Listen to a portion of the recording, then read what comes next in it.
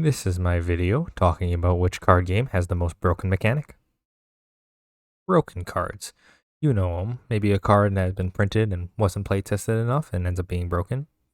Maybe a card that was printed a long time ago ends up being much more powerful in future years. Maybe it's a card that was just a little bit too pushed in terms of what it does for the game. Or maybe the card was accidentally misprinted the wrong way and ends up being super powerful thanks to the misprint. Broken cards like this, they're dime a dozen. You see them in every card game, and it's just kind of part of making a card game. But broken mechanics are a little bit more rare. When an entire mechanic needs to be either nerfed or banned, it generally means that either something is super wrong with the mechanic or all the cards of the mechanic are way too pushed. But my question is, which one of the broken mechanics is the worst? Starting with Magic the Gathering, you're going to ask, what is Magic's most broken mechanic? And the most broken mechanic, in my opinion, is Companion. There are 10 different companion cards, and they each start outside of your deck when can be played after you pay the companion cost. Basically meaning that you can play an extra card from outside the game if you fulfill its companion condition. This looks relatively balanced on first glance. A card like Umori has a high cost of having each non-land card in your deck starting with the same type. This card hasn't seen that much play despite having the super powerful companion mechanic. Other cards like Garuda have seen a bit more play in combo style decks, however having a cost that only contains even converted mana cost is a high enough cost that the combo deck ends up being relatively balanced despite being able to combo from your sideboard. However, Companion, despite this, has the only ever mechanic that has needed to have been eroded in Magic. Most cards typically end up being banned, otherwise they would be kind of hard to play if you got a previous copy and then the card effect basically changes. But Companion was so strong that they had to errata all the cards of Companion to balance the mechanic. The way they did this was they made it so that you had to pay an additional 3 mana to put the Companion card from your sideboard into your hand. That way you could play the card from your hand normally, exposing it to interaction like hand attack. However, in the old version Companion, you could simply play the card straight from your sideboard for no cost, effectively acting as an extra card in your hand at all times. The companions on the previous slide were played and were relatively powerful. However, they weren't powerful enough to force the errata that Wizards had to do on all the other companion cards. Those more pushed cards were the ones that forced the nerf to happen. I'm going to start by showing Zerda the Dawnwalker. So this card, when it has a companion mechanic, it forces you to have all of your permanent cards in your deck have an activated ability, effectively meaning that you have to build your entire deck around Zidra. However, Zidra was really easy as a sideboard combo piece with any permanent card that had an untap ability that also tapped for mana. There are a few cards in the game that do this, but it basically makes it so that way half of your combo is sitting in your sideboard, and therefore if you ever draw that other half of your combo, Zidra immediately goes infinite and gives you infinite mana and effectively wins you the game. Super powerful ability. Gigantha the Wellspring is an example of one that has almost no cost. So this companion, despite the fact that it's a 5 mana 5/5, a pretty normal stat line, and just taps for 5 mana, which isn't that valuable on turn 5, it has basically no cost to put in your deck, as the cost is that no card in your deck has more than one of the same mana symbol in its cost. There were many decks that already fulfilled this requirement before Gigantha was released, meaning that these decks all got to put Gigantha in for absolutely free, adding basically a free 5 mana 5/5, and despite that card not being that strong, being absolutely free was a huge benefit for many a deck. Now we get into the real heavy hitters, starting with Yorion the Sky Nomad, a 4/5 flyer for 5 that enters the battlefield and effectively flickers all of your permanents that you have in play, allowing you to re-trigger enter the battlefield effects of any creatures or enchantments or artifacts that you had when you played down Yorion. This is a massive value engine, allowing you to re-trigger so many cards and getting you huge value over the course of the game. And the other part of this card, making that you have to have 20 extra cards in your minimum deck size, means that your deck has to only be a bit bigger, as the only cost for putting Yorion in your sideboard. Many a deck will simply play Yorion as the cost for adding those 20 cards to your deck is so low, and the payoff for getting an extra massive bomb at the end of the game is so high. And now for the card that has probably given Companion the most hated mechanic label amongst all Magic players, Lurrus of the Dream Den. This card does basically what all the other companions we've shown done, but more. It is a combo piece, as each of your turns you can cast a permanent spell for CMC 2 or less from your graveyard for free, meaning that you can combo it with cards that generate mana, specifically 3 mana like Black Lotus, to recast off Lurrus for effectively no cost. It also has the ability to generate huge amounts of value like Yorion by recasting a permanent spell over and over again from your graveyard, recurring that value constantly. And, much like Gigantha, the cost is very low. Having each permanent card in your deck have a CMC of 2 or less is somewhat of a cost, however, many decks already fulfill that requirement of having no cards that cost more than 3 mana in them, making Lurrus an effective 3 add to those decks. This is the only card that they ever actually had to ban in Vintage because Companion meant that you could only have one in your sideboard. So while Vintage usually restricts cards to having only one of each, Lurrus had to be banned fully because you would only ever need one copy per game. This effectively turns this mechanic into the most Yu-Gi-Oh feeling mechanic Magic has ever had, effectively having a card from an extra deck of Yu-Gi-Oh slammed into Magic the Gathering, making it super duper hard to not only interact with or play around, but also highly constricting deck building around these companion costs. Now for Hearthstone. So what is Hearthstone's most broken mechanic? And if you play Hearthstone, it's not a surprise to you, it's going to be the quest lines. Quest lines are effectively a quest that you start with in your opening hand that you play for 1 mana, and they require you to do something. Like Lost in the Park here says you have to gain 4 attack with your hero. As a reward, you gain 5 armor. There are 2 following steps with similar effects where you have to perform a task and then you gain a reward. And the final reward is typically a big 5 mana guy that gives you a powerful effect. Guff the Tough here gives you +8 attack and +8 armor, and it's a 5 mana 8 with taunt. This looks pretty innocent. Just like other quests in Hearthstone's past, you just do a thing to get a big reward. Makes a lot of sense, seems not that broken. But the real brokenness comes from a lot of the rewards giving you for the rest of game effects. For example, Final Showdown here says that you have to draw 4 cards in 1 turn, meaning that you have a lot of cards on your deck, which combos perfectly with not only the reducing of the cost at the end of Final Showdown's reward, but also with the final reward at the end of the third one being Demon Slayer Kurtrus. This card says, for the rest of the game, cards you draw cost 2 less, meaning that you can chain card draw spells into each other, continually discounting until you basically have a discounted version of your entire deck. This leads to you being able to cheat huge guys into play for very cheap and perform extremely large combos with the sheer amount of cards you are able to play in 1 turn. Another questline like this, Command the Elements, which forces you to play 3 Overload cards and then rewards you by unlocking your overloaded mana crystals. But the reward at the end of Command the Elements is the absurd part. Stormcrawler Brukan says that for the rest of your game, your spells cast twice, which not only gives you a mana discount because you're effectively getting an extra spell, but also gives you a huge amount of value, effectively doubling all of the cards in your deck for no cost to you. This way, you have massive value off what is a 5 mana 7/7, already a good body, and can easily burst your opponent out with some combo spells. Those quests, however, are more of the tip of the iceberg compared to the death nail that these quests I'm about to show you ended up dealing to the game. The first one is Defend the Dwarven District, which requires you to deal damage with 2 spells, and it upgrades your hero power to target minions, which further upgrades after 2 more spells to have your hero power cost 0, and then the final one gives you Tavish Master Marksman, which says for the rest of your game, if you cast a spell, it refreshes your hero power. This leads to the gameplay loop of you playing a bunch of spells to board clear and kill your opponent's minions until eventually you play down Tavish, and then all of those spells that you would use to kill the minions immediately go to your opponent's face and refresh your hero power over and over again, giving you an infinite amount of damage to basically throw at your opponent's face until they collapse. This is further followed up by another quest of a similar ilk that kills you from its hand for very low cost. It's Sorcerer's Gambit. This requires you to cast a Fire, Frost, and Arcane spell, something Mage is very adept at doing, and then rewards you by drawing you an additional spell, which will further fuel your deck by having Incanter's Flow be one of the spells you play. Incanter's Flow discounts the cost of spells in your deck, making it really easy to complete Sorcerer's Gambit as early as turn 4 or turn 5, allowing you to play down the reward, Archivist Dawngrasp, which says for the rest of the game, the spells you cast have +3 spell damage, meaning that after you play down Archivist Dawngrasp, it is very common that on the next turn, you can kill your opponent from hand.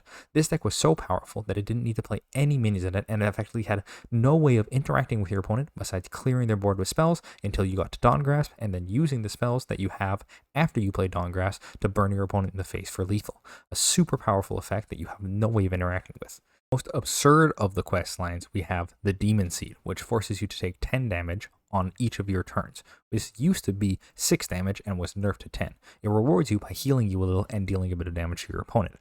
However, if you have abilities like Life Tap, the Warlock Hero Power, or cards like Backfire, which lets you draw 3 cards and lose 3 life, you can use cards like Ruined Mithril Rod, which costs 5 mana, originally costing 3, to discount all of the cards in your hand, allowing you to combo off really quickly and get to the final reward of the Demon Seed, Blightborn Tamsin. And this card is what truly illustrates the absurdity of the final rewards of all the quest lines. It says, for the rest of the game, damage that you take on your turn damages your opponent instead.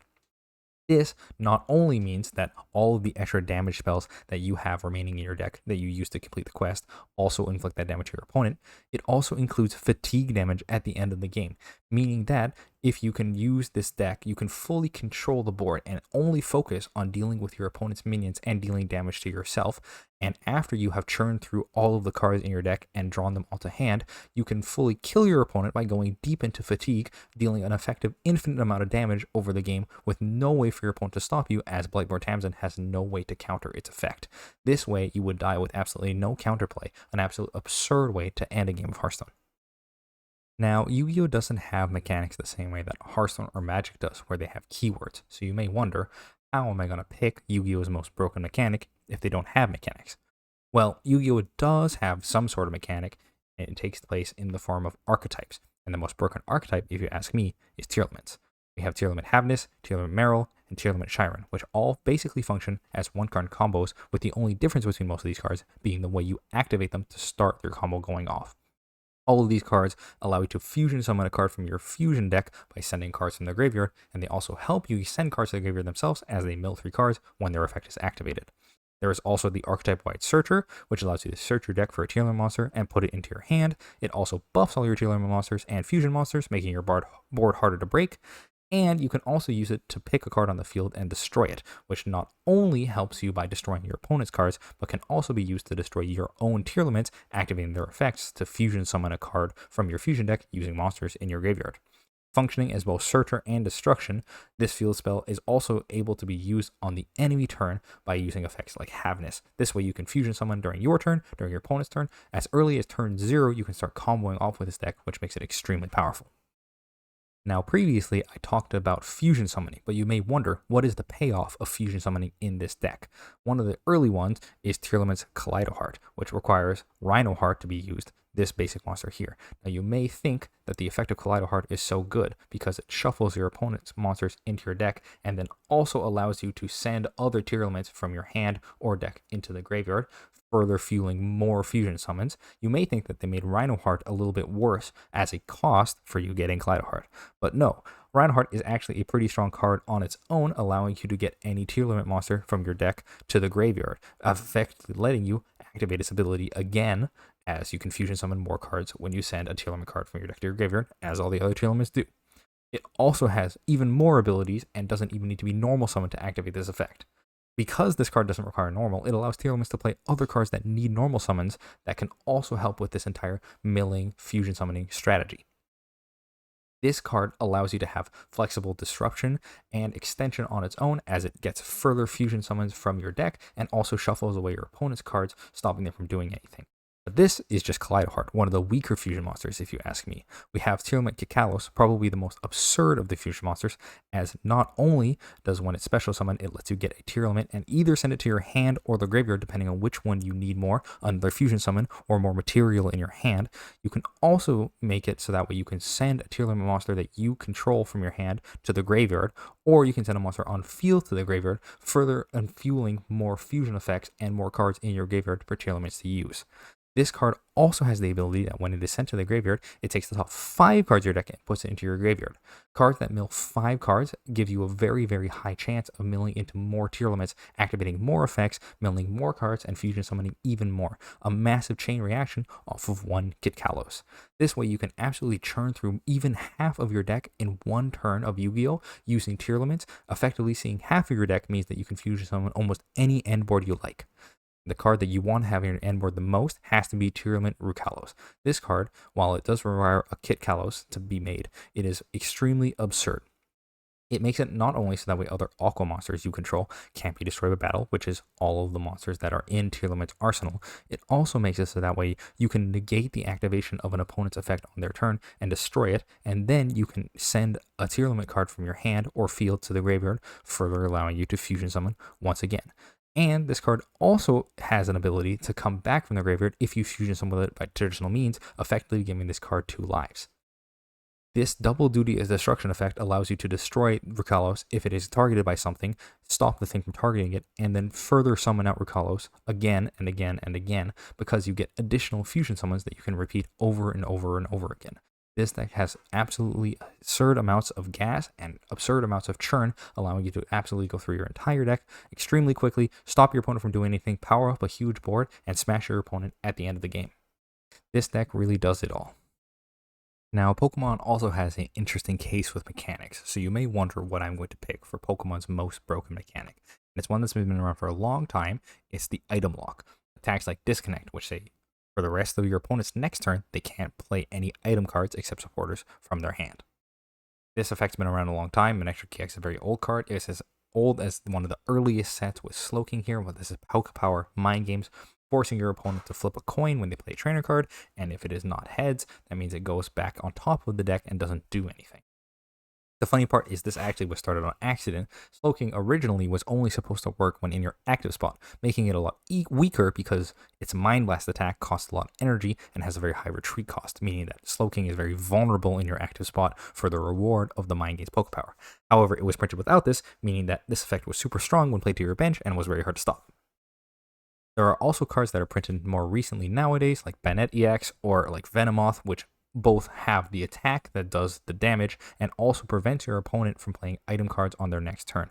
Venomoth in specific both confuses your opponent's Pokemon and stops them from playing item cards, which allows you to prevent them from playing item cards over and over again for multiple turns. But one thing you may notice with all of these Pokemon is they're all stage 1 Pokemon, meaning that they needed to be placed on an evolved Pokemon to be used. This way, if you have a Pokemon that prevents your opponents from using items, they aren't able to do it on early turns, stopping you from setting up your board. Now, when I said it was supposed to stop you from setting up your board early if it happens early, this is kind of where the effect goes from not being too broken to being extremely broken, and where it goes as a bad effect. Cards like Forest of Giants plants, which allow you to evolve your grass Pokemon on the first turn as much as you want, allowed cards like Vileplume to come down extremely early and lock your opponent out of playing any item cards on their first turn, meaning you could use all your item cards setting up your Vileplume and the rest of your board, and your opponent, who went second, would not be able to actually play anything. This disables your opponent's ability to set up at all, effectively rendering you able to win the game with effectively nothing, because your opponent was able to set up effectively no defenses.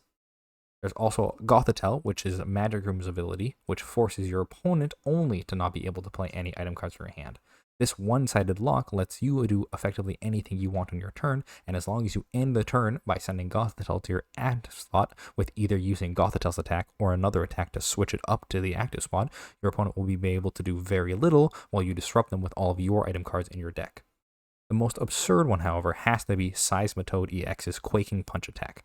This attack is pretty standard like the ones we've seen before. It does 30 damage and stops your opponent from playing any item cards. However, Seismitoad EX is not only a basic card, however, its Quaking Punch attack only costs 2 colorless energy, meaning it can be activated by 1 double colorless energy attachment. This way, this basic Pokemon item lock was able to be done on turn 1. And being able to be used turn 1 with extreme ease. All you needed was Seismitoad EX and a double colorless energy to be able to lock your opponent out of playing item cards for what could be the rest of your game if you were able to fuel Seismitoad EXs on your bench after the one you have active is knocked out. This way, it would lead to extremely uninteractive gameplay where if you queued into Seismitoad EX, you were unable to effectively play the game if they were able to set up on turn 1, which they would very regularly be able to do, effectively making item cards dead draws in any game you ever played against this deck.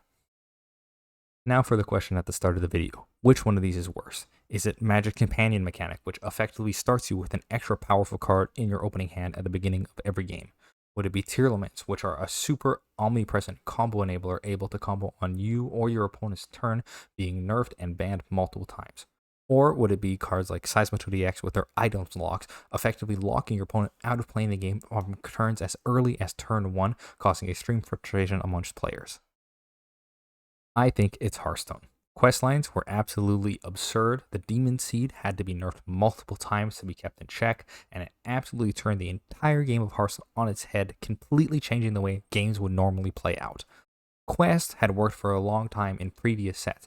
However, the all for the rest of the game effects that came with all of these quests ended up being the true problem that broke them overall. Blightborn Tamsin effectively making you both immune to fatigue and self-damaging cards led to games where your opponent would not be able to do anything. This is the only one that couldn't be saved by nerf because it had to be banned in Wild, effectively meaning that Demon Seed is the only card we've seen today that you cannot play with at all in the game anymore because of how simply broken the mechanic was and how the mechanic could not be salvaged in any way. This poisoned a lot of the player base playing with the Demon Seed at the time, because if you had played with the Demon Seed and want to go back to it, not only can you not play it anymore, but if you were playing in that era, it was impossible to play almost anything else, as there was nothing that could keep up with this combo deck, killing you from hand and having absolutely no way to interact with. That's just my opinion though, and thanks for watching the video. Remember to like and subscribe so I can make core content just like this one, and let me know about other card games with horrible mechanics. I'm sure lots of dying or dead card games have had mechanics that have ruined them, such as Hearthstone's mechanic has definitely ruined a lot of the player base of Hearthstone players. Also, let me know about your opinions on these mechanics in the comments. I know a lot of people have a lot of heated opinions about the mechanics that I stated in the video, and I would like to see your opinions on them now that a little has time passed since all of these cards have come out. Thanks for watching.